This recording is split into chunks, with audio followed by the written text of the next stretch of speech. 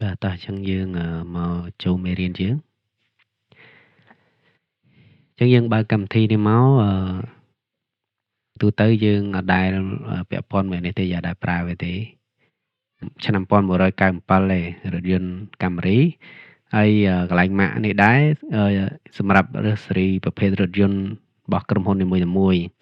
ជាងមានច្រើន Camry LE ទេឬក៏ខ្មែរយើងហៅថាឡានឆ្លាមហើយបងមើលផ្ទះភ្នែកមួយចំណុចនេះអញ្ចឹងវាដាក់ថា repair history នេះអញ្ចឹងrepair ហ្នឹងហើយយើងចុចមកហ្នឹងខ្ញុំឧទាហរណ៍មួយតែ